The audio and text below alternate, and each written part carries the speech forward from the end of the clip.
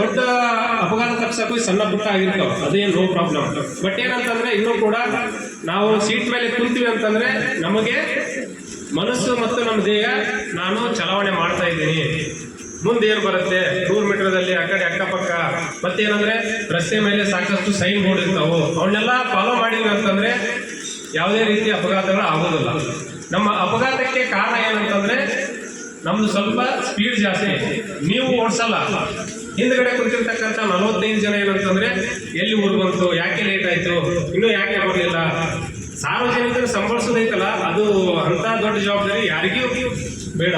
ಯಾಕಂದ್ರೆ ನೀವು ದಿನನಿತ್ಯ ಏನಂತಂದ್ರೆ ಸಾರ್ವಜನಿಕ ಜೀವನ ಮಾಡಲೇಬೇಕು. ನಮ್ದು ನಿಮ್ದು ಏನಂತಂದ್ರೆ ಪಬ್ಲಿಕ್ ಜೊತೆಗೆ ಕಾಂಟ್ಯಾಕ್ಟ್ ಅಲ್ಲ, ಅದಕ್ಕೆ ಸಾರ್ವಜನಿಕರು ಏನಂತಂದ್ರೆ ನಮ್ದು ಟೋಟಲಿ ಟ್ಯಾಕ್ಸ್ಲೆಸ್ ಜಾಬ್. ಯಾವುದು ಯಾರು ಕೂಡ ಏನಂತಂದ್ರೆ ಟ್ಯಾಕ್ಸ್ ಹೇಳ್ದಿರ್ತಕ್ಕಂಥ ಜಾಬ್ ಯಾವ್ದಾದ್ರು ಅಂತಂದ್ರೆ ಖಾಕಿ, ನಿಮ್ದು ಇರ್ಬೋದು ನಮ್ದು ಇರ್ಬೋದು. ಅದಕ್ಕೆ ಎಲ್ಲರೂ ಕೂಡ ಏನಂತಂದ್ರೆ ಸ್ವಲ್ಪ ನಾನು